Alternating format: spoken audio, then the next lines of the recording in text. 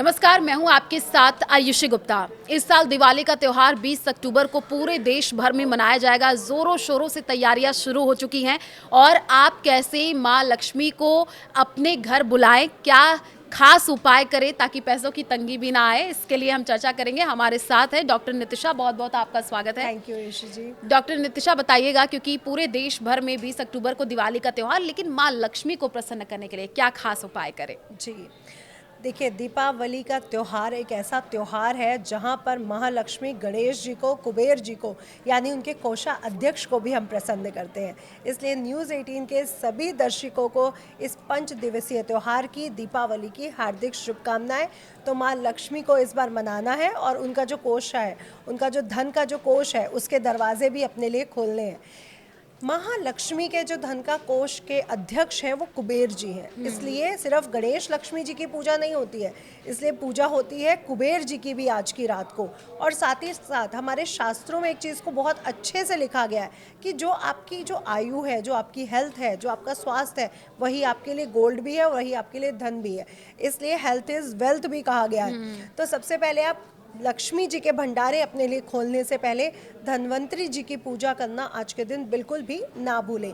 तो धन्वंतरी जी की पूजा करें आज के दिन, उन्हें पीले पकवान ज़रूर भोग लगाएं और उनके हाथ में आयुर्वेदिक जड़ी बूटियां हैं, इसलिए आज के दिन जड़ी बूटियों का इस्तेमाल करना बेहद शुभ रहता है। दीपावली की जो तिथि है, देखिए, वो कार्तिक माह के कृष्ण पक्ष की अमावस्या तिथि को आती है, यानी नया चंद्रमा, न्यू मून भी इसे इंग्लिश में कहा गया है। यानी यहीं से नई चीज़ों की शुरुआत हो रही है। गर्मी जा रही है, सर्दी, शरद ऋतु शुरू हो चुकी है और यहीं से हमारा इम्यून सिस्टम भी स्ट्रांग होता हुआ नजर आएगा। तो सबसे पहले धन्वंतरी जी का आशीर्वाद लें, उन्हें जो भी भोग लगाएं उसमें तुलसी दल रखना बिल्कुल भी ना भूलें। उसके उपरांत गणेश जी हमारे प्रथमताय देव हैं, इसलिए गणेश जी की पूजा करना बहुत विशेष है।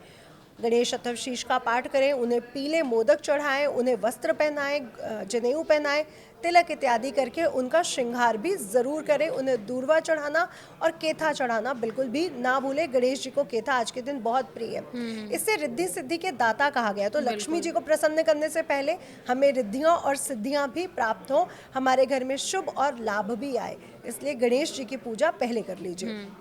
इसके उपरांत आएंगी माँ लक्ष्मी।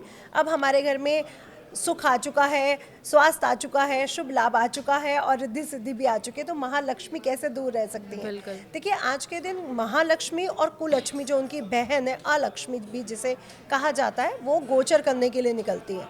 तो जो घर साफ है आयुषी जी, वहाँ पे महालक्ष्मी का वास होगा, जहाँ कले कलेश नहीं होगा, जहाँ स्वच्छता होगी और जहाँ सकारात्मक ऊर्जा होगी। वहीं दूसरी तरफ जहाँ नकारात्मक ऊर्जा होगी, गंदगी होगी, कलह कलेश हो रहा होगा, वहाँ अलक्ष्मी का वास होगा। तो इस बार धन को कैसे प्राप्त करना है, इससे पहले ये भी समझें कि आप अपने घर अलक्ष्मी बुला रहे हैं या महालक्ष्मी बुला रहे हैं। महालक्ष्मी आपके घर आए, इसके लिए अपने घर में स्वच्छता का विशेष ध्यान रखें, कलह कलेश से दूर रहे और सकारात्मक ऊर्जा के लिए खुशबू अपने घर में इत्र छिड़के, दिए जलाएं और साफ सफाई का बेहद ध्यान रखें। अब महालक्ष्मी की पूजा के समय उन्हें कमल के पुष्प चढ़ाना, गुलाबी, पीले, लाल रंगों के वस्त्र पहनाना बहुत शुभ माना जाता है। मान लीजिए कमल का पुष्प ना मिले तो क्या चीजें और चढ़ा सकते हैं? शुभ मुहूर्त भी बताइएगा। जी, तो अगर आपको कमल का पुष्प नहीं मिलता है तो आप गुलाबी रंग के कोई भी पुष्प या फिर गुलाब के पुष्पों का भी इस्तेमाल कर सकते हैं।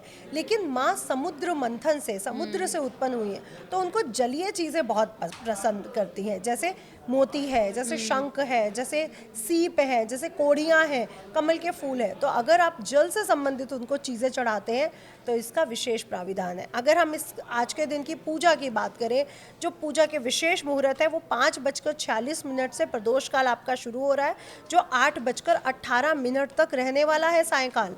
इसमें भी अगर हम वृषभ लग्न, क्योंकि वृषभ राशि और वृषभ लग्न को स्थायित्व की राशि कहा गया, धन की राशि कहा गया, वो मुहूर्त है 7:08 से आरंभ होकर 9:13 तक। तो ये विशेष मुहूर्त है जिस समय आप पूजा कर सकते हैं। इसके बाद मिथुन लग्न लग जाएगी। मिथुन लग्न द्वि स्वभाव लग्न है, उस समय पूजा नहीं की जाती। अगर पूजा करनी है तो व्यापार स्थल की जा सकती है, क्योंकि व्यापार चलता रहे, इसलिए आप व्यापार की कर सकते हैं। बट घर की जो पूजा है वो 7:08 से प्रारंभ होकर 9:03 तक ही रहनी चाहिए। चलिए, तो ये आपने बहुत अच्छी बात बताई कि किस तरीके से शुभ मुहूर्त में पूजा पाठ करना चाहिए। कुछ खास बातें जिसका विशेष ध्यान रखें ये भी बताइएगा डॉक्टर नितिशा, क्योंकि समय हमारे पास बहुत कम है, तो शॉर्ट में दर्शकों को। जी, अब बात हो रही थी कि अगर कमल का फूल ना मिले तो हाँ। कमल गट्टे ज़रूर चढ़ाएं। और आज के दिन जो उपाय जो विशेष है, जो आपको धन की स्थिति को स्ट्रॉन्ग कर सकता है, कमल गट्टे की माला से एक माला आपने पाठ करना है लक्ष्मी गायत्री का। ओम महालक्ष्मी च विद्महे विष्णुपत्नी च धीमहि तन्नो लक्ष्मी प्रचोदयात्। एक माला पढ़े, एक बार श्री सुक्तम का पाठ करें और साथ ही साथ एक हवन कुंड तैयार करें। आज की रात हवन करने का विशेष महत्व है। और एक मंत्र पढ़ते जाएं और स्वाहा बोलते जाएं। और किससे ये हवन करना है? आपने करना है गन्ने के रस से हवन। अब आप कहेंगे गन्ने के रस से तो हवन अग्नि बुझ जाएगी, नहीं बुझेगी। आपने इस तरफ अगर इस बार गन्ने का रस डाला तो दूसरी तरफ दूसरा चम्मच। और अगर घुमा घुमा के डालेंगे तो अग्नि बिल्कुल वो नहीं होगी। और इस पे कपूर ज़्यादा से ज़्यादा डालते रहे। हवन कर लीजिए सिर्फ एक माला, आप देखेंगे कि आपके घर में धन की वर्षा होगी और धन कभी आपके घर से समाप्त नहीं होगा।